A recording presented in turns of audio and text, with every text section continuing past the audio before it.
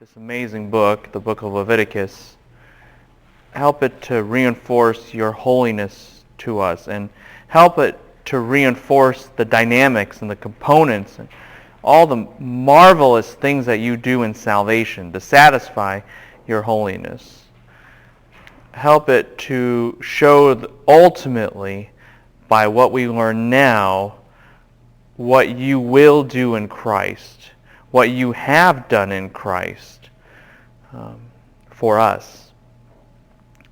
And so be honored at this time and be exalted. Help us to understand the theology of this book because, and in light of, and for the reasons of its great ramifications on just so many things in our justification, in our atonement and propitiation, and in our sanctification. So grant us now great profit as we study this book. In your name we pray. Amen. Well, we're talking about the book of Leviticus, and those things have kind of disappeared.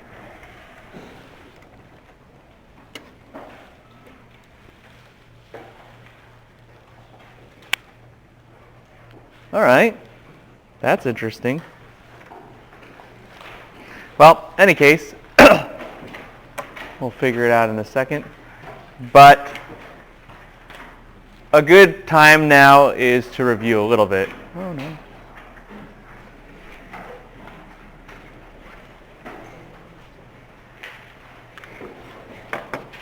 And so here is the nature of the review. As you know, we're talking about, and we've always been talking about, the whole nature of creation, about how and why God does what he does, and what is his purpose in this. This is all review, and this all should be familiar. And we know that creation establishes God's supremacy, and he has an agenda. And we know that he has an agenda, and within this, we know that Israel is to have an international impact. That is why he has raised up this line of the seed, preserved the line of the seed, playing through the line of the seed, all of who he is and what he's about to do.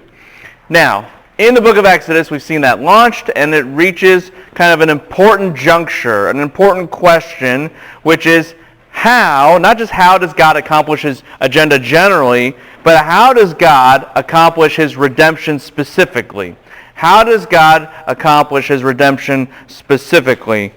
And the way we need to understand this is in a tension. On one hand, God redeems. On one hand, God forgives. That's what we saw at the end of the book of Exodus, is that even though Israel violated the entire covenant and they should die, they should cease to exist from this world, well, God forgives. He forgives all kinds of sins. And so that is critical. But on the other hand, he is a just God. He even says that in Exodus 34, 6 through 8. We know that because he slaughters 3,000 Israelites in a day. And so we understand that God is both forgiving and just. And so the question is, how do you reconcile those two? How do you bridge that gap? And that becomes the issue of salvation. That becomes the issue of salvation, which is so absolutely critical. And this is what drives us to the book of Leviticus. This is what drives us to the book of Leviticus. And Leviticus explains God's holiness and how specifically he will satisfy that holiness, not only in salvation, but also in even sanctification. All right? That is what is absolutely critical to understand in this book. Okay? We got it now? All right, good. So, in light of this, what we've tried to say and what we try to observe is the following. We have tried to observe that, hey, the law is meant to teach. And because the book of Leviticus is part of the law, because it is part of the Mosaic covenant, the book of Leviticus then is meant to teach. It is a model. It shows the nature of what God does on a larger level. It shows what God does on a larger level. It tries to exemplify or illustrate the nature of what God must do on a larger level. So put it this way, within the model, God has a relationship with his people. And it can be good or bad. It can have blessings or curses. All of those things can happen. And we understand that. But that's not talking necessarily inherently about eternal life and total forgiveness of sins. It's modeling that. Does that make sense to everybody? And so what happens within the model is that you can obey the law, you can have the sacrifices, and relative to what happens in the model, you can be okay. Relative to that model. But that's not the same thing as relative to eternal life and total forgiveness. Does this make sense to everybody? Okay? Just like I said before, if in the model, where you have a model car or a model airplane, you can fly, or a drone, you can fly it around, and it flies. But that doesn't mean that if you do that with your drone, you can fly to different countries. It's just trying to show you something about something that happens on a larger scale. Does this make sense to everybody? And it is trying to mirror that. And so Leviticus, through how it interacts with the culture, actions speak louder than words. Through the way that God has detailed it all out, it is modeling the way that God operates on a higher standard. The way that God operates on a higher standard. And so, if a person, understanding the model truly, and that it is a model, has faith, therefore, in what God does ultimately, it is accounted to them as righteousness. And that's where we get the whole idea of credit card. Because God understands that he will make that payment. A payment that will fulfill the entire theology that is established in the book of Leviticus. With that, there are two things. All right, two things. First, if you really understand the book of Leviticus, you really have a more thorough understanding of the theology of salvation. Because it's first presented here. You heard it first here, not later. And so Romans and Hebrews, all of those things, if I have time, I'll try to show you, they all point back to Leviticus. They all point back to Leviticus. So if you understand what is going on in Leviticus, then you understand the full-blown theology of how God works ultimately, because you have the model of how that works. So you have to understand this theology, and in doing so, then I think you're going to say, oh, wow, salvation is a lot deeper and richer than I anticipated. Second, if you understand that this is a model at the same time, though, you will understand this, how Israel, even though they could keep the law, how they were still unsaved. Does that make sense? Because it's just a model. It doesn't save you. It's just meant to show the nature of what God does. But just like a model car can't take you anywhere, and a model airplane can't fly you anywhere, so a model of what God will ultimately do cannot save you. Put it this way, and I said this because I was thinking about it, and I mentioned it in Essentials of Christian Thought. What Israel basically has done, by only looking at the model and loving the model, it's like they're looking at an exit sign and admiring it in the middle of a fire. Well, if you really do what the exit sign wants you to do, what will you do? You will exit. You won't say, what a beautiful sign. It's like a piece of art. It says exit. Exclamation point. It's green, and we better make sure it remains green, and all this kind of stuff. And so we're going to make rules about making sure the electricity is properly powered and exchanging its batteries every 3 months. I mean, look, if you don't, you can do all of that, and that's nice. But if you don't obey what the exit sign tells you to do, you don't understand the exit sign. Does this make sense to everybody? Israel loved the model. But the model, by nature, pointed them to who God is and what he will do. Does this make sense? So if you love the model too much, then you actually still don't obey what the model tells you to do. Does this make sense to everybody? And it is for this very reason that later prophets, like Isaiah, in Isaiah chapter 1, he says, stop sacrificing. You think, what? God told them to disobey the law? No. He told them that they were misunderstanding what the law was doing. I'm tired of your sacrifices. In Jeremiah 7, verses 22 and 23, God says, I did not command you to sacrifice in the wilderness. And you say, well, excuse me, there is this book of Leviticus, and it says you need to sacrifice. What does God mean, though, when he says this? That wasn't the end all. You all with me on this? If all I cared about was sacrifices, yeah, then I would have told you to sacrifice. But sacrifices was a means to what? An end.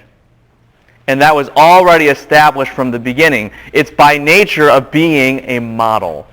And that's how you need to read Leviticus. And if you do so, not only see, like I said, how Israel could keep the law but still wasn't saved because it's just a model, but also even more, you can see the theology that's leveraged so that you can understand the salvation we do have in Christ. Does this make sense to everybody? So it's super, super, super important. Now, I have no idea where we are in the notes. Oh, yeah, let's do the next page. And I'll explain some more things here. All right? Here we are. Sacrifices and offerings, point 1. Here's the main point. The way you become holy must be holy. The way you become holy must be holy. What you're going to see in this book of Leviticus is every angle, God's holiness reigns. And it provides a theology of holiness that impacts our salvation and our sanctification. It's all that is very, very true. But the main point here is the way you become holy must be holy. And again, this really will impact our salvation, our understanding of it, and our sanctification, our understanding of that as well, because it's going to tie into worship. It's going to tie into worship. Now, let's talk about this. And before we do, you just need to jot a note on the side. I already have said that the law is language. It is a way to communicate. Actions speak louder than words. And so you have to understand the culture so that people will ask in the culture, why are you doing this? And then Israel can explain, well, we do this because our God is holy. Does this make sense to everybody? Why don't you eat pigs? Well, because our God is holy. More on that in a second. Well, maybe many seconds. All right? So, all that to say is, there is a language within a language now with sacrifice. There is a language within a language. And you have to understand the sacrificial system in and of itself is a language. And you can understand this language because you understand In-N-Out. All right? Have you all been to In-N-Out? Heard of In-N-Out? Seen an In-N-Out? If you haven't seen an In-N-Out, okay. So, but In-N-Out has a secret menu. Well, actually, it doesn't. Who cares about the secret menu for initially? In-N-Out, you just need to know, has limited ingredients. Yes, they're not like other places such as Jack in the Box or Carl's, whatever, that have a million things that you can eat. At In-N-Out, it's just very limited. But they can take those ingredients and mix and match everything. Yes, and this is where the secret menu comes in, where you can get a double-double, but more than, what is it, 8x8, 4x4? What is it called? Biggest you can get is a 4x4. So that's the biggest you can get. But that's not all you can get. You get a Neapolitan shake, right? That's where you mix everything together. Or animal-style fries, where you mix the fries with the sauce and everything, you know, and you can get a grilled cheese if you wanted to. I don't know why, but you could. Or you could get the burger with the lettuce. What is that one called? Yeah, that one. So you could do all kinds of combinations. Are y'all with me on this? And you know that. And the way you talk about it is you put those combinations together and you create the secret menu of In-N-Out. Now, the sacrificial system works the same way. We're going to establish some of the component ingredients, and then later sacrifices are going to put them together, and that's how you put together theology. Does this make sense to everybody? Just like Animal-style fries is fries, which is one ingredient, with the sauce, which is, or whatever they call it, which is another ingredient, with the onions, which is another ingredient. Are y'all with me on this? In the same way, some sacrifices, as we'll see, it will put it together this offering, and this offering. Does this make sense to everybody? And then, what does that mean? Well, you know what each offering means, so you put their theologies what? Together. Y'all with me on this? It's a language within a language. So, there are 5 major offerings. And even within those major offerings, they're combining each other together. They're already doing the secret menu ahead of time. But you need to know there are 5 major offerings. 5 of them. Now, here is where we really need to debunk something, and it's very, very important for now, for later in the Old Testament, for the New Testament, and for your life. And it's this. I think we are under the impression that when Israel offered sacrifices, it was for their fill in the blank, for their sin. It's not true. It is partially true. Put it this way, 2 of the 5 are for sin. But 3 of the 5 are not. They are for worship. They are for worship. Very, very important. And let me explain to you why this is important, and then we'll build everything else out, okay? I'm going to give you just a bunch of reasons, as fast as I can, just take them down. 1, the reason that this is important is because life is more than just dealing with sin. It is about worship. That's what God reminds Israel about. Holiness isn't just, hey, get rid of sin, get rid of sin, get rid of sin. Is that part of it? Well, yeah, that's why 2 of the 5 are about what? Sin. Y'all with me on this? But 3 of the 5 are about what? Worship. Actually doing what is right. Pleasing the Lord. In other words, holiness is not just about removing what is wrong. It is about actually doing something that honors God. It's both and. On top of that, if you understand this, then you understand how later on in the Old Testament, it's not wrong for Israel to offer sacrifices. Even when the Bible predicts that Jesus will be the ultimate sacrifice. Does this make sense?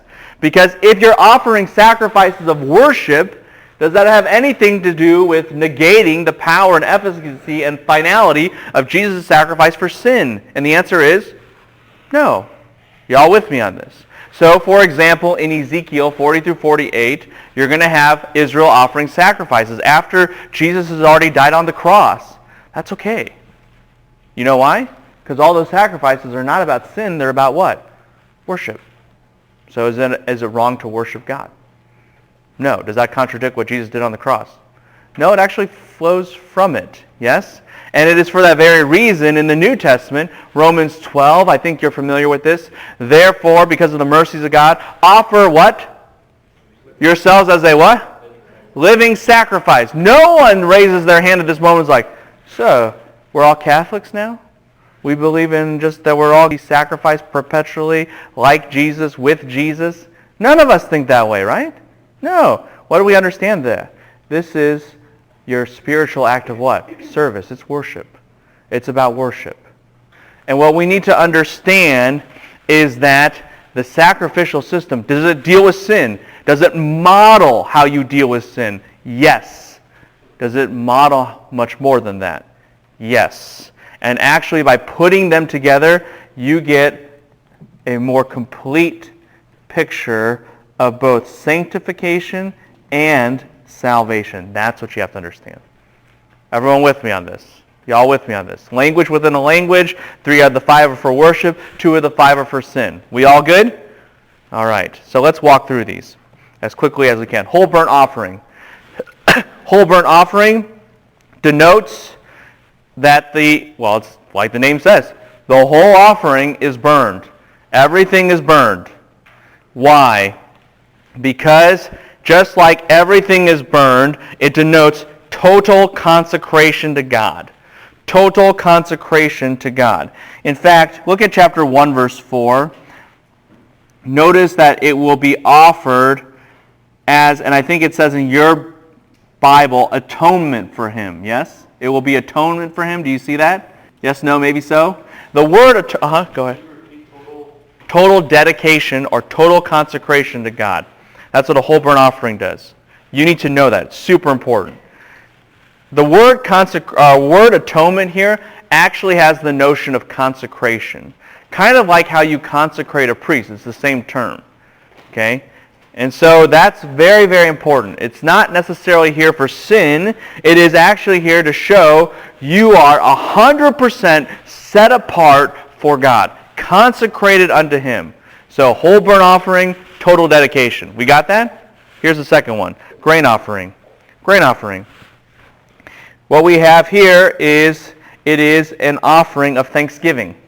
An offering of thanksgiving for God's provision. Specifically, the provision of what? Yes, with a grain offering.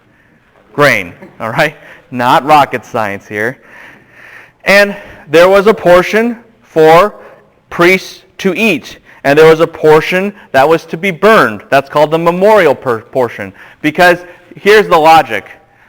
To thank God, and to consecrate your whole harvest to Him, you should have burned the what? The whole thing. But because you want to share it with the priest, then you have a memorial portion that acts like a part of the whole that is set for God, but you give some also to the priest so they can eat. Y'all with me on this? So, whole burnt offering, total dedication, grain offering, thanksgiving. Third, peace offering, also known as a fellowship offering. Peace offerings are also known as a fellowship offering. This is where you don't burn grain, but you actually sacrifice an animal from the herd or the flock. And you burn the fat, all the fat of the animal, because back in those days, and I think people understand this nowadays too, that the fat sometimes tastes actually pretty good. Those portions of the animal, you're like, that's disgusting. Well, back in the day, those were the choice parts. So what's the idea? Give the best to who? To God. Yes, give the best to God. There is John 3:16. There is Leviticus 3:16. Leviticus 3:16 says, all the fat will belong to the Lord. Now, before you're like, well, that's interesting, whatever. No. Now you're going to understand. Sometimes the Bible calls people fat. Have you noticed that? And you're like, well, that's kind of not so nice. I mean, do they need to go through some PC training and stuff like that? No. It's making a theological point. How do you become fat? You eat that which is what? Fat. Except the fat belongs to who? God. And so these people have dishonored God by stealing that which belongs what? To Him. Does this start to make sense to everybody? Yeah. So whenever we go through all these offerings and everything, it's always followed by, it shall be a statute forever throughout your generations. Is that just denoting that it's going to be for these generations, or why is it that we have cease these things? Obviously we do it because of Christ, but what's the big idea behind that? Yeah, the idea of forever throughout the Bible fundamentally means for a certain age. So throughout that entire age, it doesn't cease. It's kind of the idea. That's why sometimes the Bible will use the phrase age to age, or forever of forever, or from eternity until eternity, to denote what we would conceptualize as eternity. But it actually just fundamentally denotes age, a certain era or epoch of history. And that's what's being talked about there.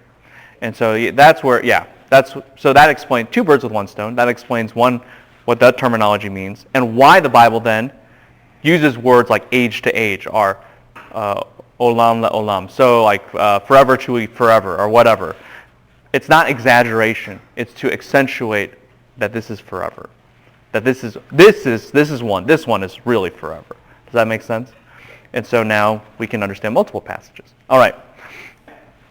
Back to the peace offerings. We're there? So you burn the fat to the Lord because you give the best to God. But there are still things that are not consumed. Why? Because, as you'll read in this chapter, some was given to the worshiper and some was given to the priest for a fellowship meal. Okay, this is like the first fellowship meal of the Bible. Okay, that's not actually true. Exodus 24 will actually be preceding that. But this is the nature of what is going on. That's why it's called a peace offering. You are celebrating your relationship with God and with each other. Does this make sense? In other words, a peace offering is almost like a church barbecue. You thank the Lord for the food, you share it with each other, and you enjoy each other, and you enjoy God. Does this make sense to everybody? That's a peace offering. Those are the first three things. What does holiness mean? Total dedication, immense thankfulness as you worship God for all of His provisions, recognizing His centrality in everything. And third, you have a real relationship with Him where you are dedicated to Him and you are also loving others. That is the nature of the worship system. Does this start to make sense to everybody? That is proactive holiness. But like we said, 3 of the 5 are for worship, but you still have how many left? 2. And those are for sin. And let's talk about that now. All right? Now, when you look at sin offerings, say chapter 4, notice, this is going to be important, notice that it only covers sins that are what? If an Israelite, or if someone sins what? Unintentionally. Do you see that language there? Do you see they sinned unintentionally? Very important. This only deals with unintentional sin. Which means if you sin intentionally, what happens? There is no what? There's not even a model of atonement, or there's nothing in the model of atonement for your forgiveness within the model. Does this make sense to everybody? There's no sacrifice for that within the major 5. Now there's kind of a catch-all that is going to be strategic later on, but you have to realize there's no direct, immediate sacrifice in the first 5 for that. So, David, do you guys remember in Psalm 51 he says, there is no offering I could give, but otherwise I would give it? Remember that? You know why he says that, right? Because there is no what? Offering he can give. Because was his execution of Uriah unintentional? No, it was intentional, which means there is no what? Sacrifice for that sin. He knows that. He knows that. He also knows then that you need the new covenant. But more on that a different time. In any case, there's no atonement for that. This is only unintentional sins. And by the way, the next one's only unintentional sins. Now, when you read this chapter, you have to understand that there is a language within a language within a language. It's like Inception. Each class of persons in society, a priest, a leader, a lay person, a poor person, they each get a certain animal. They each must contribute a certain kind of animal for this kind of sacrifice. Y'all with me on this? A priest contributes a bull. And here's what's interesting. If all the nation sins, the whole nation sins, they also contribute a bull. What does this show you? The priest is equal to the whole what? Nation. Why? Because the priest represents what? The whole nation. We call that corporate what? Solidarity. Does this make sense to everybody? So the whole system makes sense when you start to think about this. All right? Now, here is what happens. Oh, one more thing. A poor person for this kind of offering would give a female goat, a female lamb, and in fact, what we'll see later on is that if they're very poor for certain kinds of offerings, even give a turtle dove.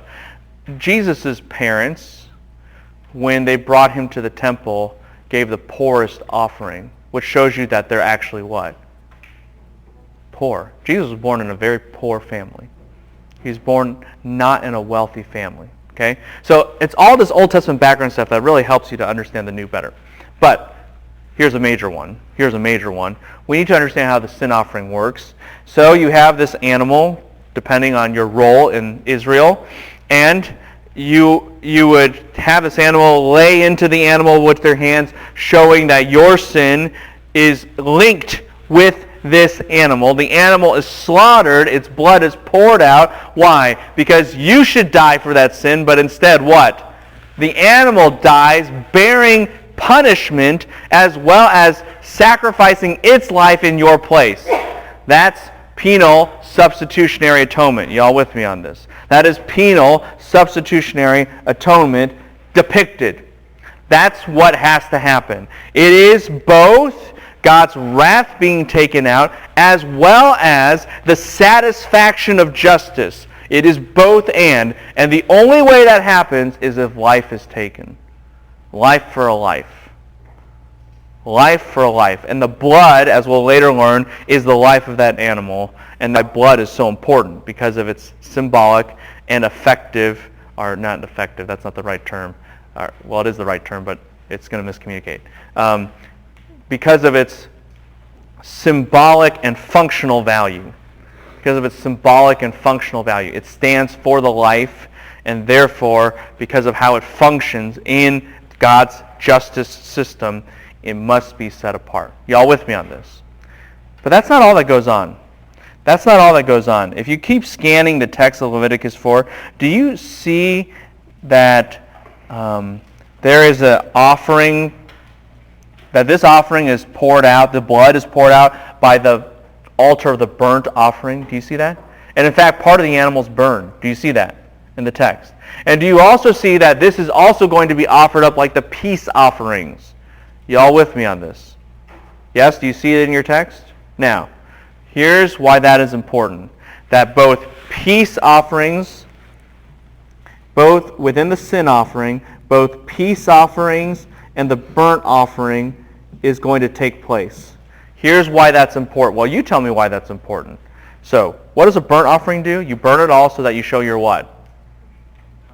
Yeah, you show your consecration or dedication to God. Yes? Think about this with me. Think about this with me. When we are saved, or when we are forgiven, is it just good enough that you have nothing wrong? Think about it. No. What else do you need? We don't just want forgiveness. We want Christ, starts with an R. You got it. We want His righteousness. Yes? We want not only to be seen as not negative or neutral, we want to actually be seen as what? Right. Does this make sense to everybody? We want to be seen as holy. We want to be seen as consecrated. So what does God already say in the sacrificial model? He says an animal will die.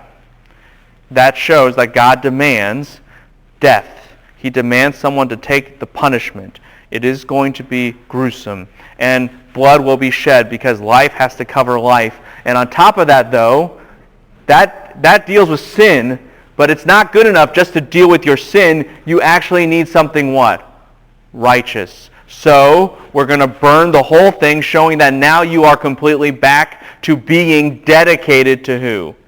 To God. Does this make sense to everybody? You guys remember what the peace offering was for? What was the peace offering? That you're celebrating your what? Relationship with God and relationship with each other. Remember that? So once you have a righteous standing with God, now you can actually have what? Have peace with Him. Does this start to make sense to everybody? Think about this with me. Where have you heard a phrase, something about like if you're justified, now we have peace with God? Yeah, Romans 5:1. Yes? Therefore, having been justified, now we have what? Peace with God. Where did Paul get the logic from? Leviticus. He got it from Leviticus. Okay? This is the nature of sacrifice. And what we need to do, and this is so important for you to understand for so many different reasons, and I'll just give two right now. You need to understand the holistic package of salvation. You need to understand the holistic package of salvation. I think we're very familiar. Christ died on the cross. He took away our sins. And we got that compartmentalized. And we got some other bits and pieces. But the sacrificial system says, let me show you the whole picture. And that it is a whole picture. It's a whole package deal. You can't get rid of it.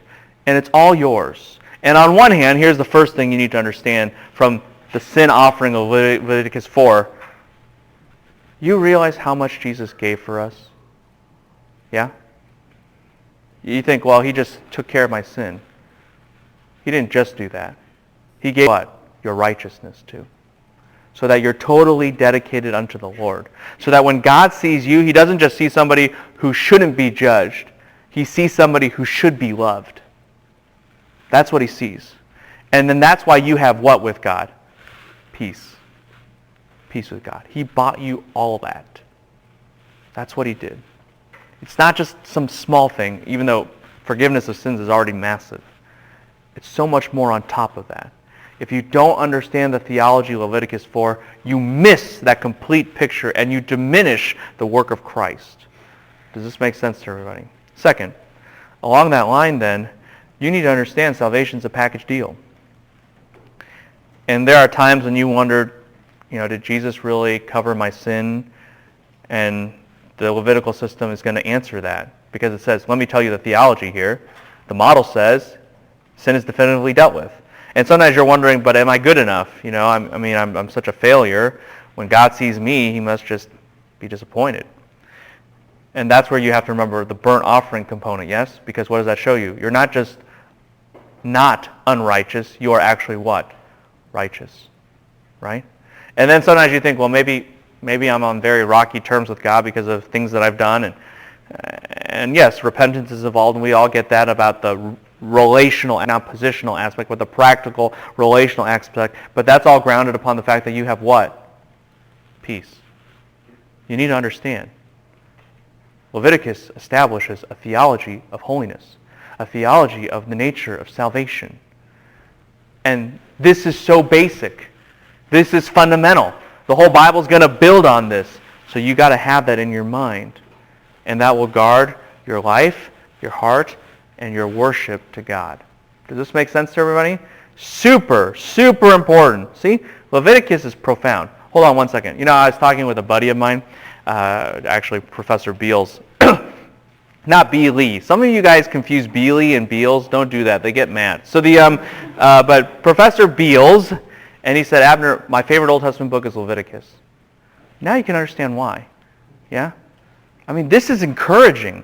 This is devotional stuff if you know the language, right? But now through In and Out, we know the language. So it's all good. Speak to me. You said there were 2 offerings for sin. Well, we've only done 1. Okay. 4. This is 4 out of 5. Yeah. Speaking of which, 5 out of 5. 5th one, guilt offering. Guilt offering. The guilt offering, again, this is for unintentional sin. And again, all of the dynamics that we just talked about, burnt offering and peace offering, that's all in the guilt offering. You all with me on this? Same mechanics, because the way you deal with sin is the same exact way. Does this make sense to everybody? You all with me on this? But then you say, hey, wait a minute. Then what's the difference between a sin offering and a what? A guilt offering. I'll tell you. A guilt offering deals with the issue of restitution. A guilt offering deals with the issue of restitution. Okay? Restitution. You say, what is restitution? It means dealing with the consequences of your actions. Dealing with the consequences of your actions. You say, help me out here. All right. Let's say you were having a rough day. And it was your turn and you just so happened to be in the temple, tabernacle, either. And you just threw up everywhere. Now, it doesn't take rocket science to figure out that you've just desecrated the most holy place on the planet. And so, that was not good. But it was unintentional. To be fair, you didn't know that was going to happen. It wasn't like intentional regurgitation on the ground or whatever. So, you can offer. The priest is like, all right, I think you need to offer a sin offering. And then he looks around and goes, no, you're going to have to offer a guilt offering for this one. Why? Because you need to deal with your sin and the fact that you just desecrated a whole system. And on top of that, though, you have to pay for the what? The damage, the cleanup. There's throw up everywhere, and you got to make sacred the unsacred, desecrated space. Does this make sense to everybody? Y'all with me on this? Speak to me. So, when you do a guilt offering, is it always on top of a sin offering? A guilt offering is a sin offering in a sense with certain forms of restitution, certain forms of make it right payments or offerings. Does that make sense? You do the sin offering and then you do the guilt offering, but the guilt offering can be both. Yeah, the guilt offering is its own category because it's got additional combo things than that. Okay. Does that make sense? So it's kind of like, going back to In and Out, it's kind of like the sin offering is just the burger, and the guilt offering is the whole meal. Yeah. So that's kind of how it works. Does this make sense to everybody? All right? And that's the nature of a guilt offering. You say, so why is that important though? Because a guilt offering shows that you deal with all the consequences, yes? All the ramifications, especially as they pertain to your relationship with God. Now, here's what's interesting. Isaiah 53. Who's Isaiah 53 about? Do you guys remember? Christ. Yeah, suffering servant, yes? This is what it says about Jesus. He offered himself, and here's the key phrase, as a guilt offering. Hear that? Not just a what? Sin offering, but a what? Guilt offering. Why is that important? Because Christ's sacrifice not only deals with individual sins, but it even deals with the collateral damage what? That our sins cause. That's the kind of level of atonement and restitution and restoration that's made. Yep. And is that guilt offering covers both intentional and unintentional? No. Only unintentional. Unintentional. So like we don't have any, there was no any sacrifice dealing with the intentional sins, because like what you're talking about is about unintentional. What about? Yeah, what happens if you threw up on purpose? Yeah, sorry. But there is one thing that will help. And you're like, Jesus! Yeah, that's absolutely true. In the system, there's one thing that will help that actually inherently points to Christ. But we'll get there shortly. But really, if you're really trying to be technical, it's too bad. It's really too bad. In the system, there's nothing that can save you. That's much different than in the new covenant, yeah? Much different there. Speak to me. Can you define what intentional means? Because don't we all sin intentionally when we sin? What does that mean? Unintentional means probably not premeditated would be the simple way to put it. Without prior knowledge. Without prior planning. So, I know you don't mean this, but so then if we commit a sin unintentionally, then it's like I'm sinning against God, it's going to have to be paid for kind of thing? No. Well, it still is a sin against God. Okay. Yeah, and you still have to pay reparations and all that because it causes damage. So that's why you have these offerings to begin with, because they're all sins against God. It doesn't change whether they're unintentional or intentional. So if I premeditate, or if someone back then premeditated to kill someone and they did it, could they never be forgiven? In the system, there's only two possibilities, and one we haven't talked about yet. But you're supposed to ask these questions, so we will, but I'm not going to tell you yet because that just builds up tension in a good way. And then the second option is that you just die. But that doesn't necessarily mean that you're not forgiven, because this is all within the what? This is all the model, right? Y'all with me on this? So if you still were trusting God to forgive you, can you be forgiven? The answer is yes. This is all within the model. That's what you have to understand. Y'all with me on this? That's why it's so important to understand it's within the model, all right? Okay, if you're like, can you help me out further? Yes, I can. I just had this idea in my head. So, my kids and I play with Legos. And we have figurines of ourselves. They're like, hey, Abba, this is you. All right. So I never wear a suit. You know that, right? But okay. And they put me in the building. They're like, building collapse. You're dead. Am I really dead? I'm dead in the what? Model, but I'm like this is not voodoo or something. I'm just fine in real life. Does this make sense to everybody? In the same way, you can be punished in the model, but still be saved in the end. Does this make sense to everybody? If you trust Christ. You all with me on this? That's very important. Now, you can also do the model perfectly and not be what? Saved, right? Like, this would be terrible, but hey, I'll just make the analogy. Like if a gunman walked into my home and shot me, but I'm fine in the Lego set. That doesn't mean that all of a sudden, because I'm fine in the Lego set, I'm alive. No, it doesn't work that way. Are you all with me on this? It's just the model. It's just the model. Now, unlike Lego sets and real life, there's a correlation. Probably someone who loves God will follow his law, yes? Back in those days. And so they might be correlated. But it's because of inherent correlation, or a scheme of causation, better put. It's just because of a different factor. You all with me on this? Super important for you to understand. Now, and I pray that no gunman walks in the house while I play with Legos. All right. Point 6, we there? Do we have the big 5? You got that? Does that make sense to everybody? Point 6, regulation concerning the priest offering. The priests need to be consecrated, and they need to understand their side of the matter. Right now, all we've been talking about is, hey, worshiper, you need to be doing these things, whole burnt offering, guilt offering, sin offering, and the like, but the priests need to understand their role in it. Because there's two sides to this. The worshiper can do his job, but if the priest messes up, it's over.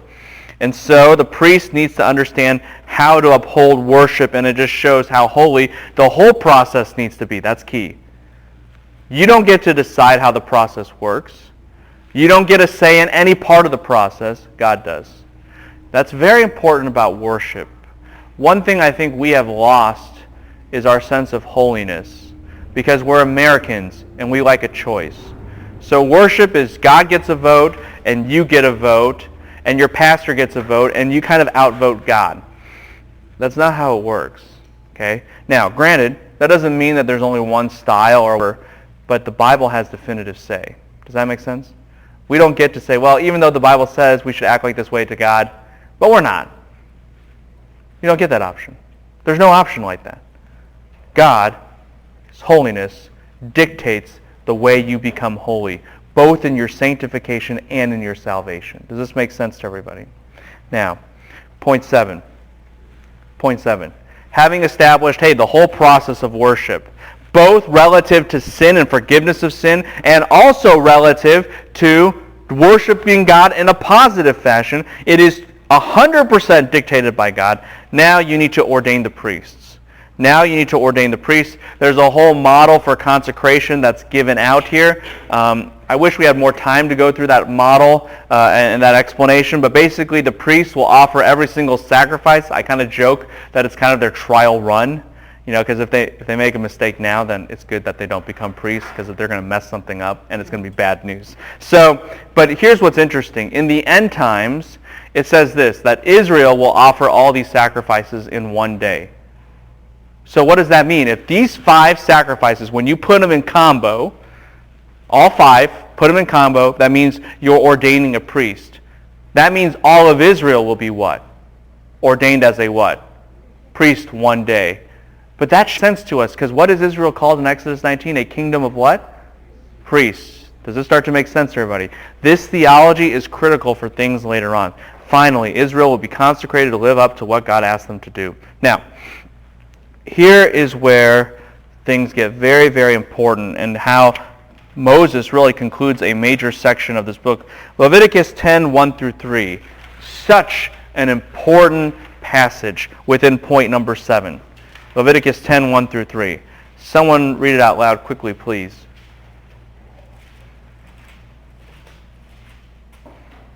Now Nadab and Abihu, the sons of Aaron, took their respective fire pans, and after putting fire in them, placed incense on it, and offered strange fire before the Lord, which he had not commanded them. Stop right there. So, you know the story, I think. It's a very, very important story in the whole narrative. Nadab and Abihu, they put a combination of fire and incense on their fire pans, on their censers, and they offer strange fire. Now here's the deal. Do we know what that strange fire is? Does it specify? No. In fact, considering that fire and incense were supposed to go together, all we can do from this is that it was just a deviation. Not even necessarily via ingredient. It could have been a deviation by proportion from the norm. Does this make sense to everybody? But you have to understand, if it's not exactly the way God wanted it, it's not what? Holy. It is what we call what? Strange. Foreign. Outside of what God ordains. Which, as the text emphasizes, Yahweh did not what? Command them. They disobeyed. Some of us think, hey, a small deviation, what's the big deal? To God, that is a category outside of what he wants. It's not gradated. Does this make sense to everybody? There's no spectrum. It's yes or no. Yes or no. So what does God do?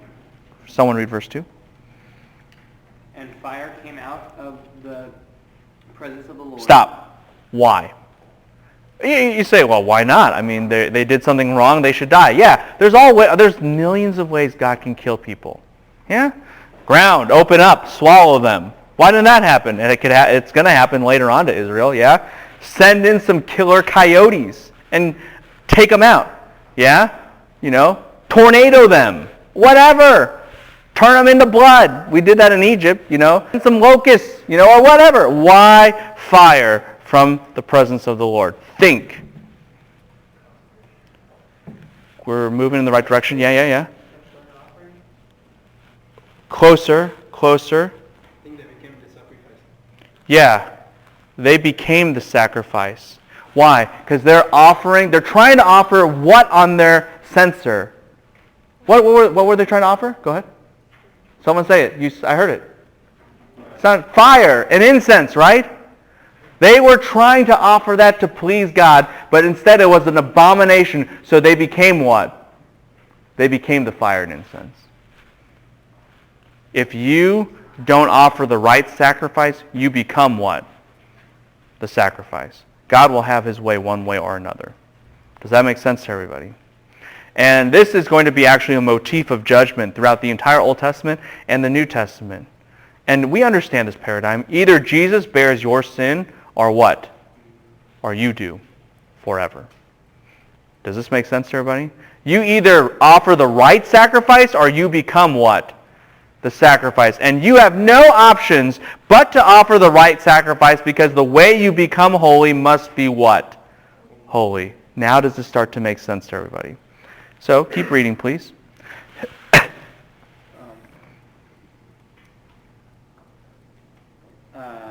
And fire came out of the presence of the Lord and consumed them, and they died before the Lord. Okay, that language of consuming them and dying before the Lord, that's all language of sacrifice. Offer your sacrifice before the Lord. Consume the entire burnt offering. All this kind of language. It's sacrificial. They became the sacrifice. Verse 3. Oh yeah, okay, go ahead. How can you fit this application that if you don't offer the right sacrifice, become a sacrifice? How can you fit this application to what Paul teaches in Romans? Offer your bodies as sacrifice, pleasing to God. Yeah, that in Romans 12 is a little bit different of what's going on here. But the implication would be this. You do it God's way. You do it God's way because you already offered the sacrifice, which is Christ. So you need to now offer continual right kinds of sacrifices from that. Sacrifices not for sin, but of worship. Go ahead and read verse 3. Then Moses said to Aaron, "It is what the Lord spoke, saying, by those who come near me, I will be treated as holy." Stop. I will be treated as what? Holy. God stresses this is about holiness. This is about holiness. Keep going. And before all the people, I will be honored. Yeah. This is about God's glory. This is about God's glory. And so what's the last phrase? So Aaron therefore kept silent. Yeah. Here's a dad. You just lost 2 sons. But then you realize the seriousness of the holiness of God. Yeah. And you can't raise what? An objection. You can't raise an objection. Your 2 sons died. And Aaron says, no, God is right. I can't object. Can't object. This is such a sobering reminder that the nature of God's holiness is sovereign.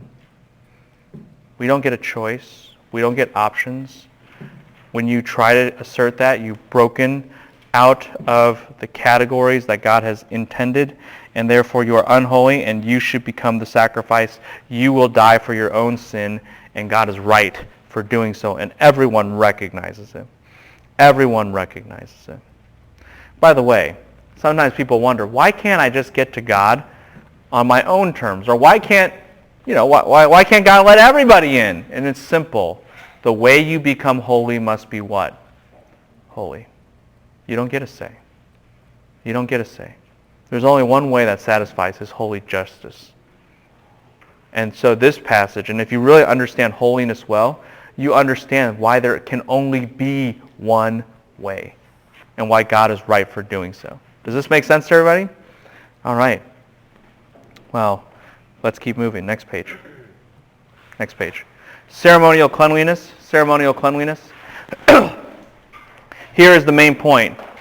The main point is God demands holiness even in preference. Oh yeah, sorry. I was just wondering, how often do they offer the sin offerings? Oh, great question.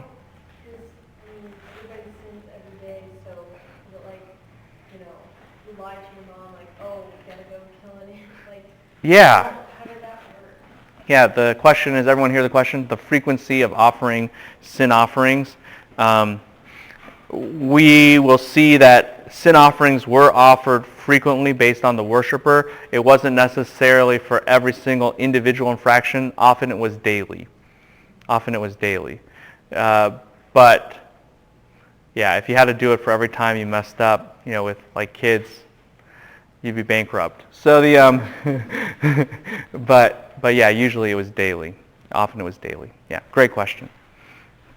By the way, a good example of that, just by way of illustration of the mentality of it, would be the book of Job. Do you remember Job offered a sacrifice every day in case his children had sinned?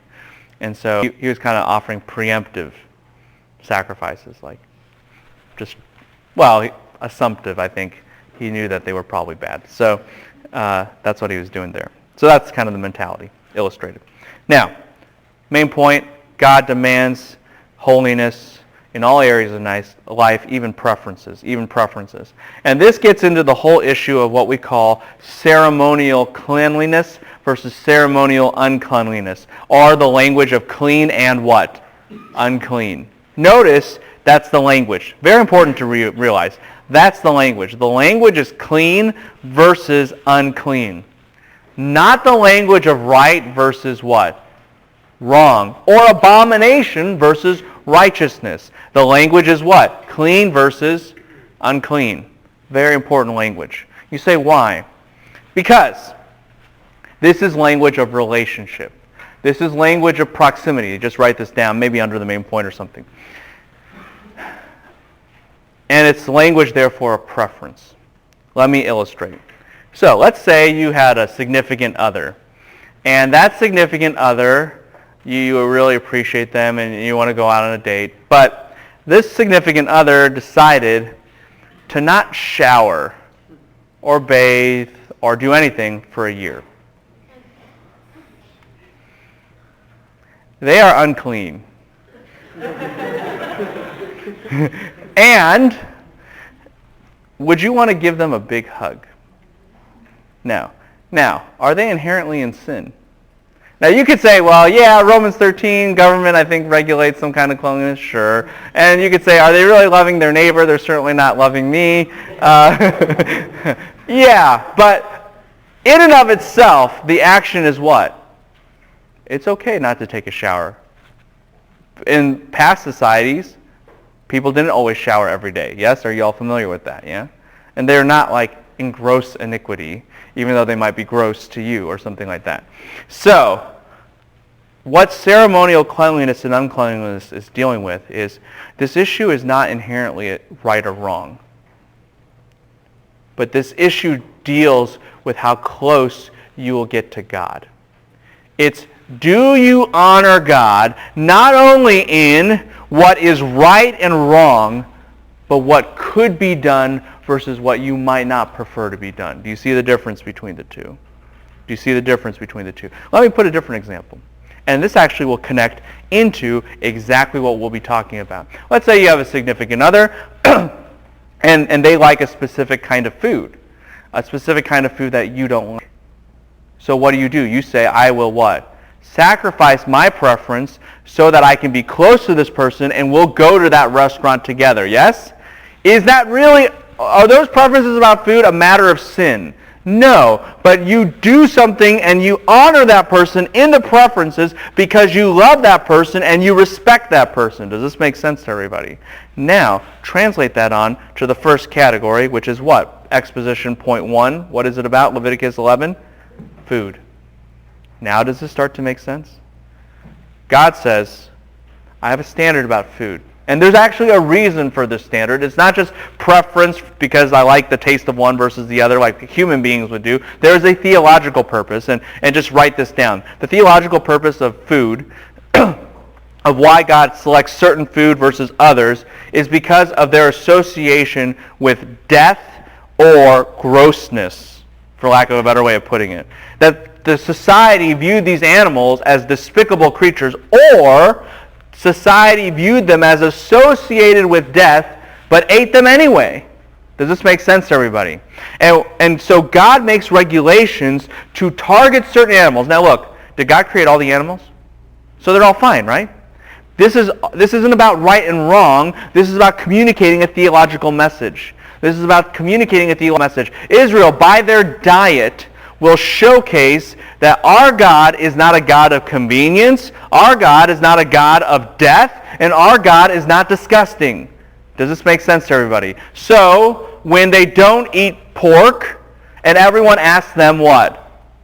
Why? They now have a theological explanation. They could say this: even though every society around us eats pigs. By the way, that was true. Every society around Israel ate pigs. In fact, archaeologically speaking, we can identify an Israelite site by the lack of pig bones. That's how clear the difference is. Does that make sense? That's how distinct they would be. So, in light of this, they would say, look, every society around us eats pork. We don't. Why? Because you guys all know and you guys all perceive that the pig is always associated with things that are unclean, things that are dead. Our God is not unclean. Our God does not delight in death. Our God is a God of life, and He is holy, so we will be different than you. Does this make sense to everybody? They would use what they would do to leverage for witness. Y'all with me on this? And so is it a sin inherently to eat a pig? No. I like bacon. But God says, choose me, make me holy even in your preferences, so that you show the world my glory. Does that make sense to everybody? That's what's going on there. You understand the food laws a little bit? Speak to me. What deals with how close we will get to God? Say it again, sorry. What deals with how close we will get to God? Oh, what deals with how close we will get to God? These clean and unclean laws show degrees of separation from God. For example, people unclean could not even get into the tabernacle precinct. A priest could get closer, and the high priest could get the closest. Does that make sense? And so there are degrees of separation. What's really cool, and this again, if you really understand, hey, this is about separation, closeness to God. If you can enter the holy place and you can be there perpetually like Hebrews talks about, then you have a closer relationship to God than even who? The high priest of what? Israel. Because the high priest of Israel could only be that close to God how many times a year? More on that later. 1. You are that way what? All the time. All the time. You have a better relationship with God than anyone on the general categorical level of the Old Testament period. That's what you have. It's a treasure. It's a treasure. Anyways, we're back here. Does this make sense with food law? Y'all with me on this? Okay? Now, what about birth? What about birth? People, okay, let's put it this way. Food laws, whether you eat or drink, do it unto the what? Glory to God. By the way, I think this food law regulation actually plays into a whole theology into that, because the idea is even the most mundane things of life you do for the glory of God. Yes? Everything has to be holy. But how about the things that are exceptional in life? Some of the highest moments, like birth. Yeah? Having a new child welcomed into the world. That mountain peak, so to speak, of life is no exception to God's holiness. Whether it's the most mundane or the most unique, it's all under God's glory. And at this moment, people say when they read Leviticus 12:1-8, oh, God's a chauvinist because, well, you know, when a woman gives birth to a male child, he's 7 days unclean. When she gives birth to a female child, she's 14 days unclean. Does this make sense to everybody? It's like, oh, look at that, double the time. What a bad God, you know. And you're like, okay, if you actually read the chapter, you'll understand why God has the male child become clean after 7 days? Anyone know? Look, scan the text. Real quick, scan the text. It's not that hard to figure out. Yeah, because on the 8th day, he's going to be what? Circumcised. So he has to become clean. So it has nothing to do with chauvinism or feminism. It just has to do with logistics. Like, okay, this kid is going to be circumcised, but if his mother's still unclean, all our males will what? Die. So we're not going to do that. It's just that simple. Does this make sense to everybody? It's not that big of a deal. And so, why so much attention to birth? Like I said, God's holy, even on occasions that are the highest occasion, and even more, and I don't have time to talk about that. I'll probably just I'll loop it around when we get to Leviticus 17. But if you understand anything about birth, there is a lot of blood involved, yes? And we know blood is sacred because it represents life, because it's tied with how God is going to work in salvation. Y'all with me on this? And so Israel needed to show, again, this is about preferences. It's not inherently evil to do one way or another, but this is about, hey, I care about God so much, I want to conform to His holiness so much that I want to honor Him in however we handle blood. Because it does have a pointing effect, it does have a testifying effect to the way God acts to make the unholy holy. Does this make sense to everybody? It's part of what's going on there as well. All right, next page. Next page. Leprosy. Leprosy. This deals with your personal life. Your personal life. Maybe you could even say it this way, the private life. Eating is a public thing. Obviously, the high points of your life, like having a child, it can be very public. But leprosy, and later on, point 4, bodily fluids, all of that is private. And again, it's not about whether you're in sin or not in sin. It's simply this. Even in your most personal, private preferences, you still honor God. You still honor God. And it still has bearing on His relationship with Him. And the whole effect of this should be, nothing is exempt from God's holiness. It's the mandatory things, it's the non-mandatory things, it's the private things, it's the public things, it's the most mundane things, it's the greatest things. Does it start to make sense to everybody? It's everything. Every single thing. It is under God's holiness. Well, if you understand how holy God is, point 3, it all moves here. You think the way you become holy is holy. We've talked about the nature of sin. We've talked about how holy God is and how exacting is that holiness. And you just got to think to yourself, man, how do you, and you guys have even been asking me this, how do you deal with the resolution of intentional sins? Yeah? How do you deal with all of this? Point 3, Day of Atonement. Day of Atonement. You need to know this chapter. There are so many things happening in this chapter that help you to understand very, very critical and bigger issues than just Leviticus. You got to know this chapter. You got to even know what chapter it is. Like, it's Leviticus 16. And it's easy to memorize. It's the Sweet 16. Right? Sweet 16. How much easier can it be? And it really is the Sweet 16. So memorize it. You just did. Here's the main point. The main point of this passage is, this is the grand reset button. This is the grand reset button. This is what restarts Israel every year in the model. Everyone got that? This is what restarts Israel every year in the model, in the Mosaic covenant. Let me explain what I mean by this. How many of you have used a PC? Raise your hand. All right. How many of you now use a Mac? Yeah, most of you. So and why is that, I wonder? So as you know, while the Mac might have the circly beach ball thing when there's problems, PC, what's the standard way you fix it? What do people always say?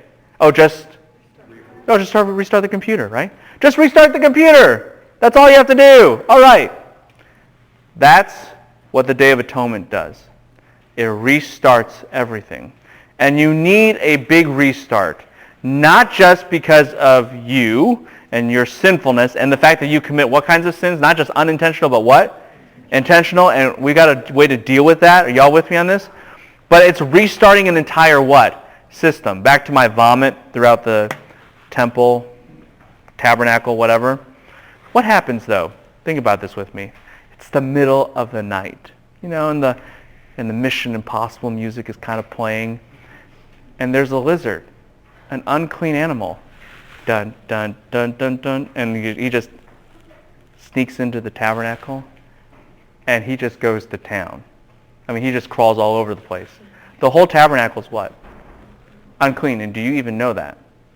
Which means actually every sacrifice that you've offered for that entire year is what? Unclean. So it actually never what? It never meant anything. It was totally disqualified from the beginning. Are y'all with me on this?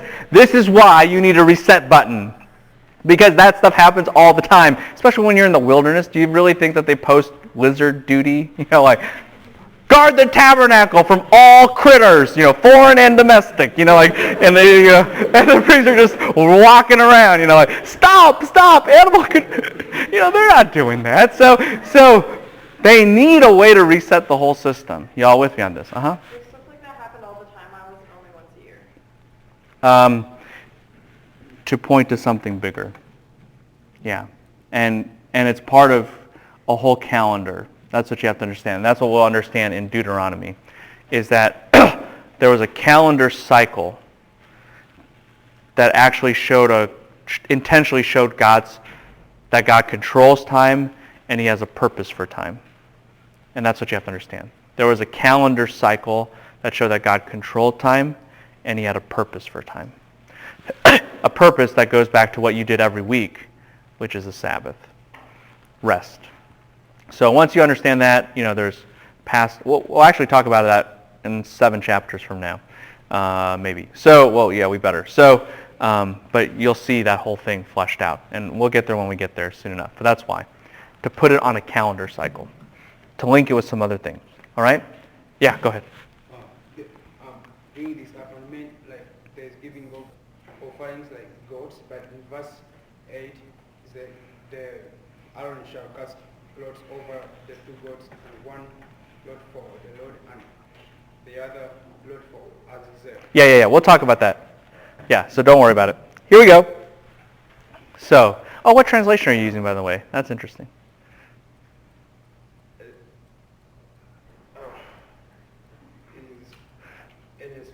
Okay, yeah. Okay. So, we'll talk about it. Because some translations don't always translate that way. That's why I'm interested. So, not to put you on the spot. You know, that's kind of like at Shepherd's Conference. People were asking, all these pastors were asking me these questions, and you know, you're just going through. And one pastor's like, "Hey, we're meeting for dinner, right?" "Yeah." "What's your phone number?" And I'm like, I'm like trying to find my phone. I'm like, I forgot my phone number. And they're like, "We've been asking you questions for like 2 hours, and the question you don't know is your phone number." You know, like, it's like, well, there are some things worth remembering. So anyway, so don't feel bad. That happens to all that kind of stuff. So here we are, Leviticus 16, Sweet 16. Y'all with me on this? And reset button. So this is all in light of the fact that Nadab and Abihu became crispy critters in the tabernacle, effectively creating it. So we need some regulations. Next page. All right, point 2. We there? This is what you have. You have 2 goats, a bull, and a ram. 2 goats, a bull, and a ram. All right, 2 goats, a bull, and a ram. And you also need to have these priests consecrated with ceremonial bathing. But here we go. They're going to cast lots for 2 of the goats. Again, because there's 2 goats, a bull, and a ram. 2 goats. 1 goat will be cast for the sin offering to handle sin. The other goat will be used for a scapegoat, also known as an Azazel. Okay? Now there's this whole controversy of what is an Azazel. Some people think that Azazel is kind of like a demon. And so you offered 1 animal to Yahweh and another animal to a demon. Does that make a lot of sense to everybody? No, and here's probably the best idea of what is going on. That you offer one animal to Yahweh, and then you offer another animal to the furthest, for the purpose of sending it to the furthest region. And the idea of Azazel is to actually be cast far, far away in a desolate, desolate place. Does this make sense to everybody? And that's the idea of a scapegoat. Everyone understand the idea? One, and it'll make sense in a second. One is for Yahweh unto a sin offering. The other one is to be cast away. This is one's a sin offering goat, and the other one is the ejection goat. It's going to be ejected far, far, far, far, far, far away. Y'all with me on this? That is the kind of language used in this text. Now, more on that in a second. In the meantime, you will take the bull and you will offer it for the priest. Why? Because we're resetting the whole what? System, yes? So it's not just your sin that we need to deal with. It's whose sin? The what? The priest's sin who mediates on your behalf. Are y'all with me on this? So they got to get cleaned up. So they bring incense before the Lord after they get cleaned up. And then, here's what it says in point 3. They kill the goat, they offer its blood and sprinkle it, not just for the people, but it says on the entire tabernacle, on the Ark of the Covenant, everywhere. Why? Because it's not just about getting you cleaned up, although that's part of it. It's getting the whole what restarted? The whole system. So the tabernacle has to be consecrated and cleansed. Does this make sense to everybody? Okay, now, after that, you got the priest cleaned up. He's just cleaned up the tabernacle. Y'all with me on this? Now, point 4, you clean the people. By the way, why does this whole procedure make sense? Because if you do a sin offering on a desecrated altar, are you going to clean people up? No, so you first got to clean the priest up so that he can clean the instruments up so that you can clean what? The people up. Does it start to make sense? It's like mopping the floor.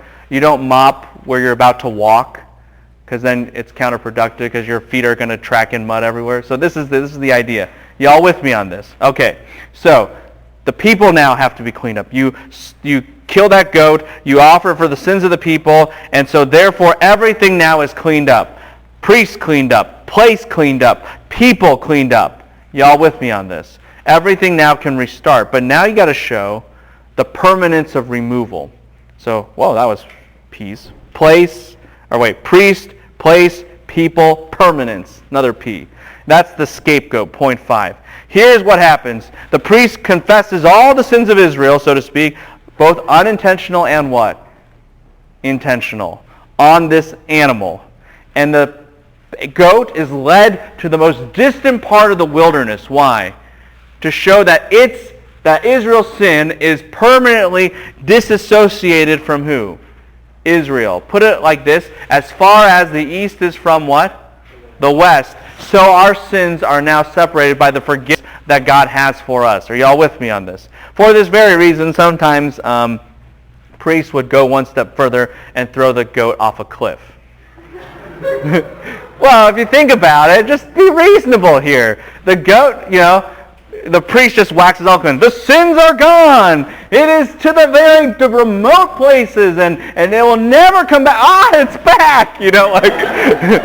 That would be terrible. So we don't do that kind of stuff. Are you all with me on this? So the priest is like, come here. Yeah, good. And then he goes back and goes, we're fine. All right. So that's what happens.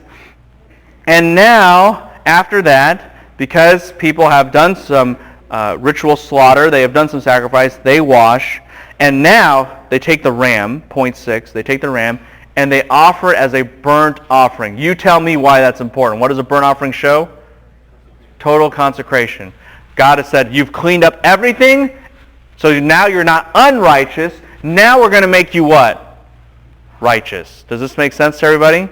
Now we're going to make you righteous, and this happens every year to show the nature of how a system has to begin. Now this is going to be important. And we would say, and in fact the New Testament, both in Hebrews as well as Romans 3, whenever it uses the term propitiation or the mercy seat, have you guys heard of the mercy seat? What's on top of the Ark of the Covenant? Y'all with me on this? Whenever you use that language, it's Day of Atonement language. It's Day of Atonement language. But you've got to understand this, Jesus understood this. Is the Day of Atonement just about your forgiveness of sins? It's not just about it. It doesn't include it. You better believe it. But it restarts a whole what? It restarts a whole what? System. Yes? So when Jesus has his own Day of Atonement, which we remember via communion, yes, or the Lord's table, do this in remembrance of me. Jesus didn't just buy us forgiveness of sins. He bought us an entire what? He started an entire what? New system. And we call that the new covenant. Yes? This is the blood of the new what? Covenant. Hear that language? Jesus says this is a new system. You need to understand this. Jesus didn't just buy you forgiveness of sins. He bought you a whole new life. A whole new way to know God. A whole new way to love him. He bought you your life back. That's what he did. God did not just say, hey, you're clean, get out of here. Whatever. But you're fine. God said, I have a whole system for you to know me and for me to love you. Does that make sense to everybody? That's what the Day of Atonement is. You see, you need to know this theology so that you understand the fullness of what Christ has done for us and what we have in him. Make sense to everybody? Okie dokie. Next page. Chapter 17. We got to keep moving. Oh, we definitely got to keep moving. So, here we go. Sanctity of blood, point 4. Here it is. You must have reverence for that which makes you holy. You must have reverence for that which makes you holy.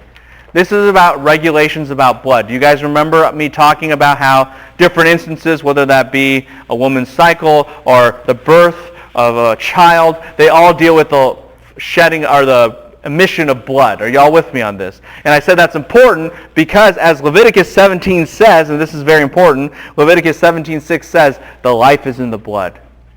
The life is in the blood. It's not trying to make a biological statement, but a theological one. It is trying to say this: God has used blood as a symbol of life, and therefore the shedding of life is important, and therefore how you handle this is important because it's used for a witness. It's used as part of the model in a critical way to point to salvation. Does this make sense to everybody? And so Israel's whole system of how they handle so much is about this. You must have reverence for that which makes you holy, so to speak. Everyone with me on this? Next page. Personal morality, point 5.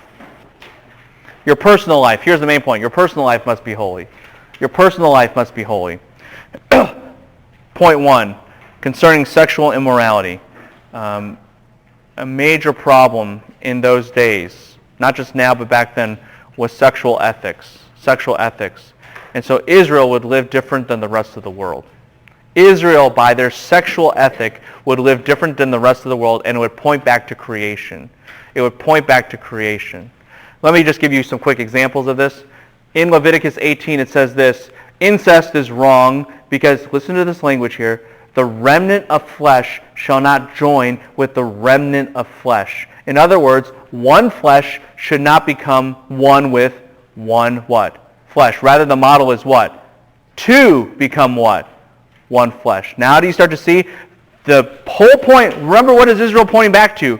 We can go back to Eden. We can go back to creation, yes? Even our sexual ethics point back there. Does this make sense to everybody? It's the same reason against homosexuality. It's the same reason why Israel is to uphold marriage. By the way, and I don't have time to elaborate on this, but I'll just say this quickly. You need to know, and we need to think in biblical categories. You can't have sex outside of marriage. You can have sexual immorality outside of marriage, but you can't have sex outside of marriage. It's not possible. Because sex, in its truest definition, occurs between what? A husband and his wife. Does that make sense? You can have sexual immorality outside of it, but that's deficient. That's derivative. That's tarnishing of what is actually pure and true. And we need to start to think in those categories. The moment you say to a young person, oh, you can have sex, but just don't do it until you're married, you've lost the battle. Because you've just said, you can have the same thing, but just don't do this for some arbitrary reason. Does this make sense? What you have to tell them is what? You can't have the same thing until you're married. But you can have lesser ones, which will destroy your life, but you can't have the same thing until you're married. Are you all with me on this? And Leviticus 18 sets that up. Next page, Leviticus 19 is a very, very powerful chapter which deals with all kinds of regulations for life. You should read it. Leviticus 20 says simply this: if you violate personal morality, there's only one punishment for you, and that's death. Next page. And next page to Leviticus 21. Regulations for the priests. You need to understand this. Those who serve the Lord must be holy. Those who serve the Lord be holy. They have a high standard of holiness because they come in contact with the Lord. By the way, there are so many unique laws here, so many important ones. Here's just one quick one. A priest is not allowed to tear his clothes. Leviticus 21 verse 10, Do you know what happens when Jesus says, I'm the Son of God? What does the priest do? Tears his clothes. What's the irony? He says, you blaspheme, and tears his clothes. And what did he just do? He blasphemed. Actually, that's the point of Matthew, but that's what you need to understand. Point 7, we there? Ceremonial regulations. Ceremonial regulations. Your time must be holy. Your time must be holy because it reflects God's agenda. Do you guys see on page 100-ish that there are 3 asterisks besides the Passover, Feast of Weeks, Feast of Booths? Do you see that? Everyone see that? Yep. Yes? No? Maybe so? Passover, Feast of Weeks, Feast of Booths. See that? You need to know those. We'll talk about it in Deuteronomy, but you need to know those are the 3 big ones. They shape Israel's calendar because they're trying to show that God has control over Israel's time and sets his agenda of time through that. Next page. Societal regulations. God's holy in your community. God's holy in community. Blessings and curses. We'll talk more about this next time. But in Leviticus 26 it says this: you will be blessed for obedience and cursed for guess what? Disobedience. You need to know that paradigm. And in Leviticus 27, since God is so holy, you need to understand this. You keep your vow. Why? Because God always keeps his holiness. Yes? And that's a very fitting way to end the book. Have a good day.